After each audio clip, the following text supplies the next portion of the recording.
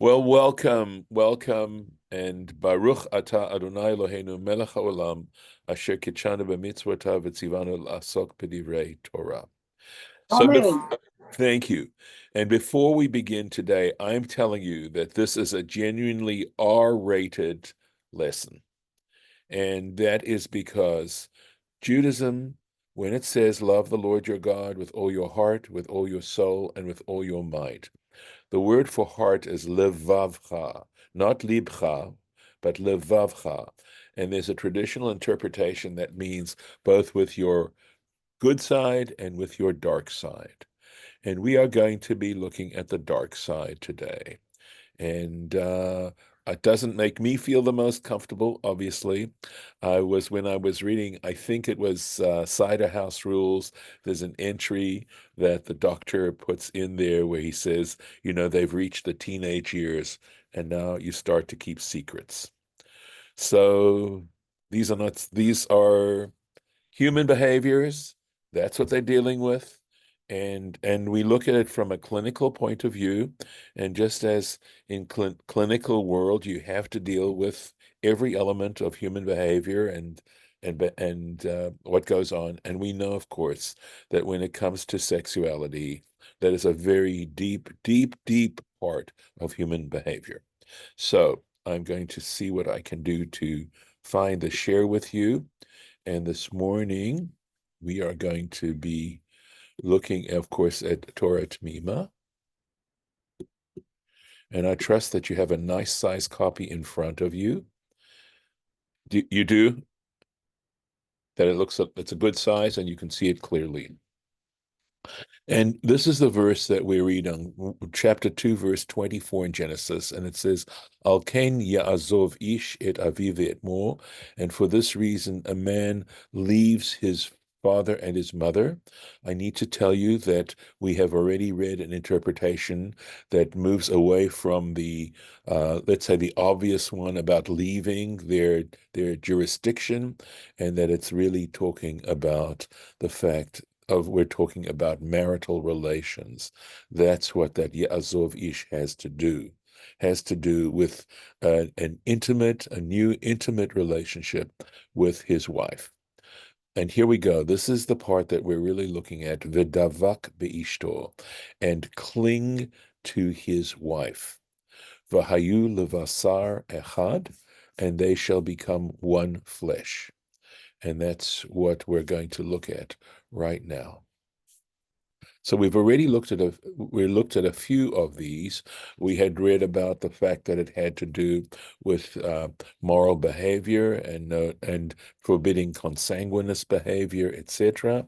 It also was talking about that it should be male, female, etc. We talked about that aspect of things, but we're going to get into something else here. Well, dive right into it. ודבק באשתו, right? And cling with his wife, right? Or in his wife. Stick, literally, davak means to glue or to stick. Cling in his wife. Be can mean with. It can also mean in. Amar Rava, okay? Rava, he's a great Amora, a scholar. He says here, Ben Noach, meaning literally a son of Noah, meaning a non-Jew. That's what a Ben Noach is.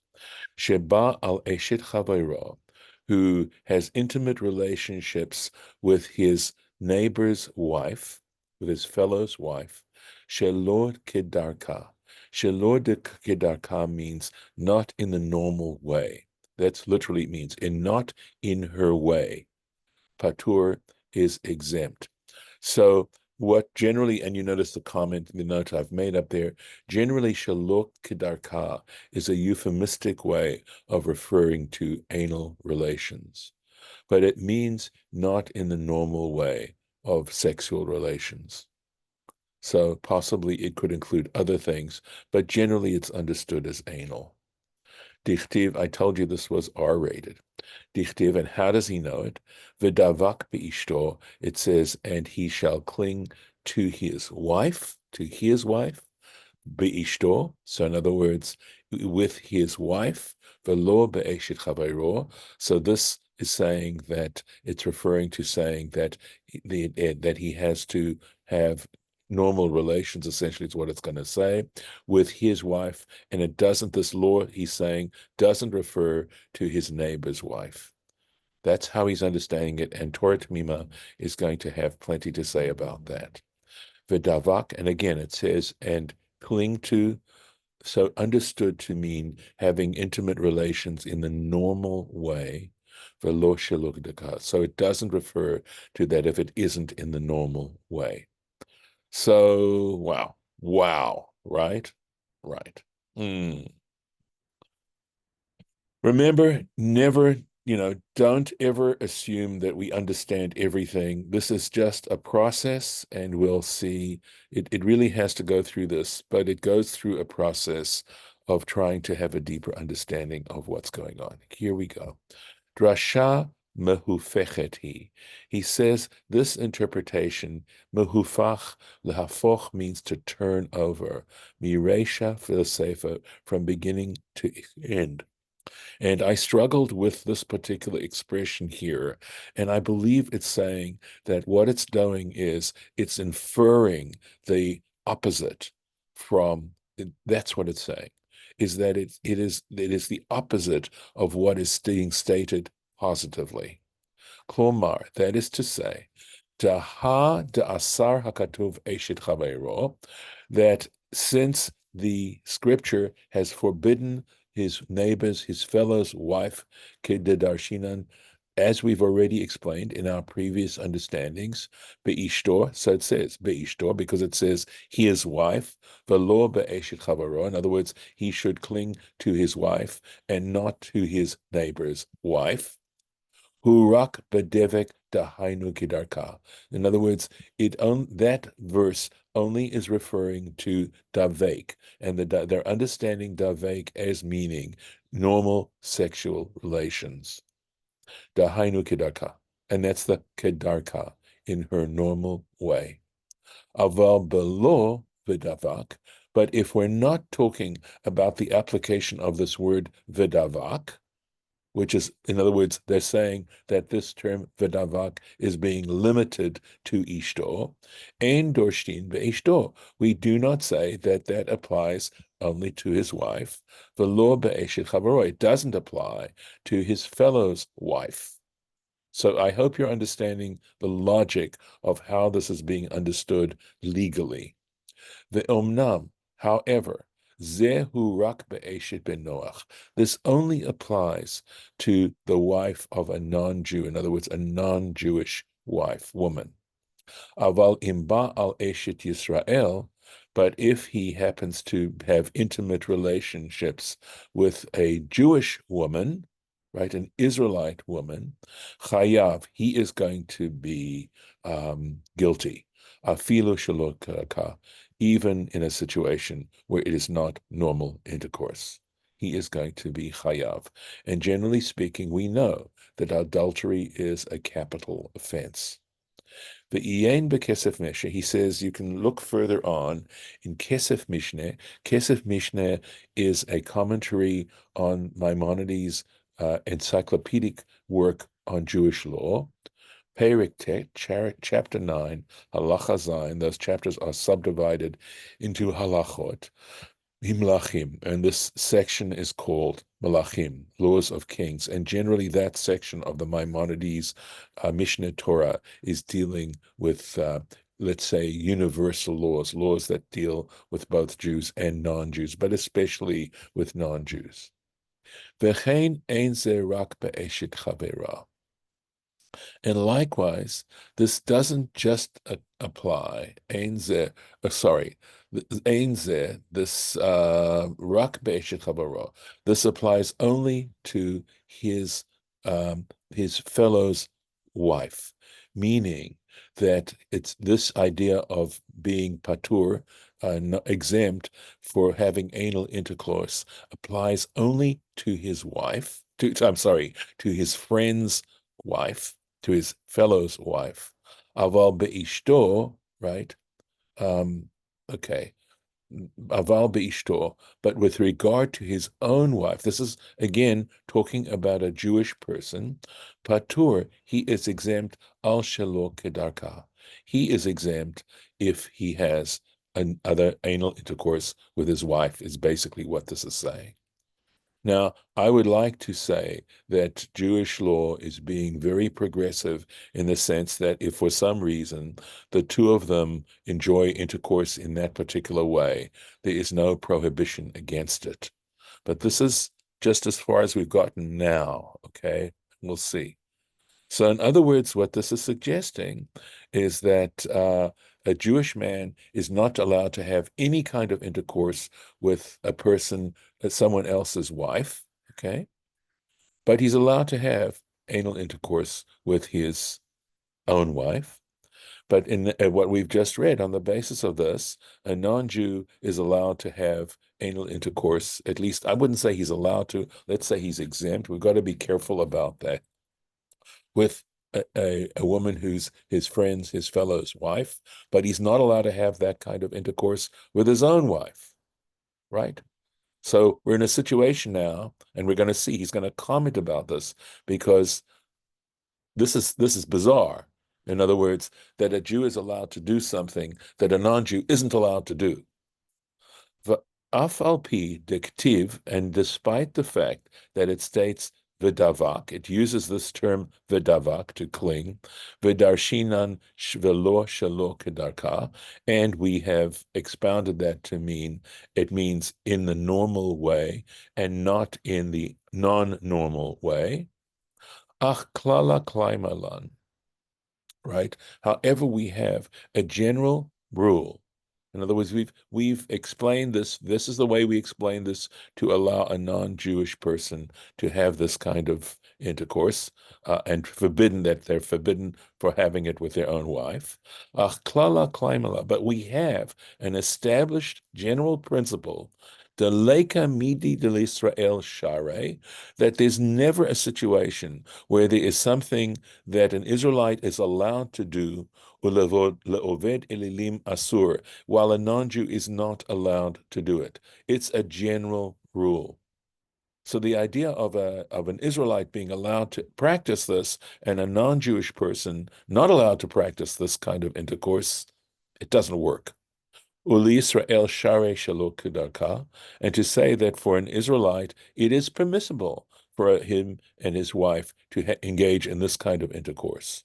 Kedamashma b'nedarim kaf bet, as we learn in Nedarim, we know, in other words, we're saying that it is absolutely permissible for a Jewish couple to engage in this kind of intercourse, as is implied in Nedarim Kaf Bet BT. I looked up this reference, and this is in Nedarim, Tractate Nedarim, page 20b, where one of the rabbis is talking to a woman who is, and I'm sorry to say this, she is actually saying, I'm just doing this to be transparent, who's coming to him and saying, here, I'm willing to have intercourse with him, but he wants to have intercourse with me anally. And he says, what can I say to her? BT, my daughter. HaTorah hitiratcha. Sorry, made you permissible. The Torah made you permissible. I cannot imagine, right, a decent marital relationship where there isn't consensual intercourse. But it's there, and I have to deal with it, and I'm sharing it with you, and I don't think that this is something that really can happen or should be happening, despite this fact. Now, again, I could tell you we have to deal with other cultures, and we don't necessarily understand fully how other cultures are necessarily operating, or back then, or however. I would say nowadays, it has to be consensual. But at least the idea of alternative forms of intercourse being permissible is an interesting situation. Going on. So, let me see if this, okay. So we've finished this particular section here. It doesn't end there. Okay, so here we go. Vodvak באשתו. And again, look at this. I mean, we're really trying to deal with these words and drilling down as to what they express. Tanya. So this is saying this is an earlier source. Rava is a later source. That is a Talmudic source, otherwise known as Amoraic. Tanya means that it is a Tanaitic source, and the Tanaim are sages that preceded the Amoraim. Rava is an Amora. Tanya refers to some source that is earlier, that's Tanaitic. And here we go. Ben Noach Sheba Bi'a Asura, a non-Jew, right, who engages in a forbidden form of intercourse, ha'ara'ah. But ha'ara'ah is a word that's used for incomplete intercourse, right? It's just the beginning, the first stages of intercourse, of physical intercourse. Chayav is going to be guilty. Shneimar, as it states, ודבק באשתו, as it says again, he shall cling to his wife, ולא באשת חברו, he shouldn't be doing this with his fellow's wife. And here we go, ודבק, and because it says cling, דבק כל שמהו, meaning any kind of part of any kind of intercourse whatsoever. Kol shehu means anything, of any kind. Going on, let's take a look. Gam drasha zo nidreshet meresha l'sefa. He says again, this particular interpretation is a similar kind of stating the negative from the positive or the positive from the negative. It's that kind of interpretation. Kidrasha hakodema, just like the previous interpretation that we just read. Kamosha katavnu kam, just as we wrote there. And what this is trying to say is, v'lo be'eshet chavero, that he's not allowed to engage with his fellow's wife, ודבק kol shehu, in any kind of intercourse whatsoever, any kind of sexual engagement. Umevo'ar lefizo, and for this reason, it becomes clarified, the oved kochavim, that a non-Jew, literally it means an idolater, but it means we could say an idolater. I will say parenthetically, I think there are plenty of non-Jews who in many ways act more Jewishly than some Jews. So anyway, we could look at this as idolater. Koneh et ishto b'hara'ah.